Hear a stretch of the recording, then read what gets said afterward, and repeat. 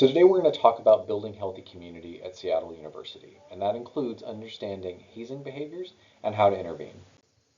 So the university has a policy regarding the behavior of students that constitutes hazing that is rooted in state and federal law. And we define hazing as recruitment, initiation, pledging, admission into, or affiliation with a student organization. And a student organization includes an athletic team or living group or any pastime or amusement engaging with these groups that causes or is likely to cause bodily danger or physical harm or serious psychological or emotional harm. And this can include causing, directing, coercing, or forcing a person to consume any food, liquid, alcohol, drug, or other substance which subjects the person to harm. Now, there's a lot of different kinds of behaviors that might constitute a form of hazing. And in social media and in the world, there's often examples of hazing that come up that are particularly linked to Greek lettered organizations. However, hazing behavior can happen in any number of group settings, including student organizations. And when we think about the spectrum of hazing behaviors, we think about things that are both very explicit, very obvious behaviors of hazing, but then there's also some behaviors that may feel like they aren't necessarily hazing behaviors, but when we think about that definition before, actually fall into that category. So we kind of group these into three different categories here, but on one hand, we have behaviors that may fall into more of an intimidation setting. So that could be engaging in forms of deception, assigning demerits if someone doesn't do something they're supposed to, silence periods with potential threats for violation if someone doesn't remain silent, social isolation, demeaning names, expecting certain items to always be in one's possession. Um, those behaviors, when we think about it within the context of kind of recognize them as hazing behaviors, may not feel like very significant, very obvious, very high level concerns, right? They fall into this low area. Kind of in the middle, things that we can recognize as hazing, but are kind of low, potentially low impact, are things like verbal abuse, threats or implied threats, asking new members to wear embarrassing attire, skit nights with degrading or humiliating acts, sleep deprivation, or sexual simulations. And then the very obvious behaviors that we often see in the media related to hazing behaviors are things like the forced consumption of alcohol and drugs, beating, paddling, or other forms of assault, branding behaviors, the forced ingestion of vile substances, water intoxication, abduction or kidnapping, or sexual assault.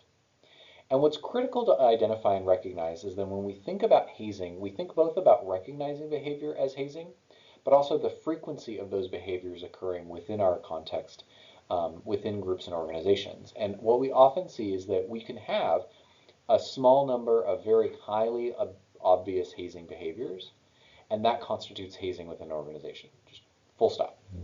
But then we might have kind of these low-level behaviors, but when they happen with a lot of frequency, that too constitutes a form of hazing within the context of our organizations.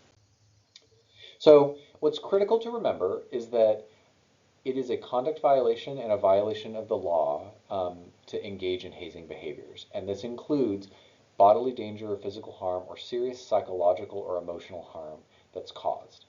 And it's critical to also name that when we talk about it as a conduct violation, we're talking about it as a violation of the university's Code of Student Conduct and the integrity formation process.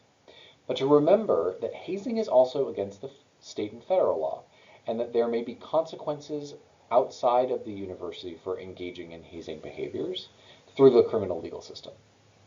It's also important to remember that there are behaviors that may constitute hazing or may not necessarily rise to the level of hazing but are hazing adjacent that still harm the community and can impact your group's cohesion and the people that are part of the group. And at the very core, they're also inconsistent with the Red Hawk Commitment, which is what we ask students to hold themselves accountable to. And as I mentioned before, other acts that don't have consequences through integrity formation or criminal law may still be actionable through your advisors, if you're associated with a national organization, them, employers, and in some cases, civil law. And critically, just because it's not hazing doesn't mean it's necessarily a good idea in terms of your team development and supporting people. In fact, there are lots of great alternatives to hazing, and what we encourage student leaders to think about is what alternatives are possible to both deepen authentic connection, to develop appreciation and respect for difference, providing opportunities for participants to exercise a degree of choice, and be respected in that way. Having transparent goals that are clear from the beginning in their purpose and the place of a group's cultural rites or rituals, and offering the chance for personal growth and exploration of one's margins of intellectual or cultural comfort or experience. If you or someone in your group experiences hazing, there are multiple ways of reporting this to the university. The first is to contact the Office of the Dean of Students through our website. The second is that we have a form that we use through a system called Maxient to collect incident reports from individuals. And there's also the ability to submit an anonymous report through a system that we refer to as EthicsPoint.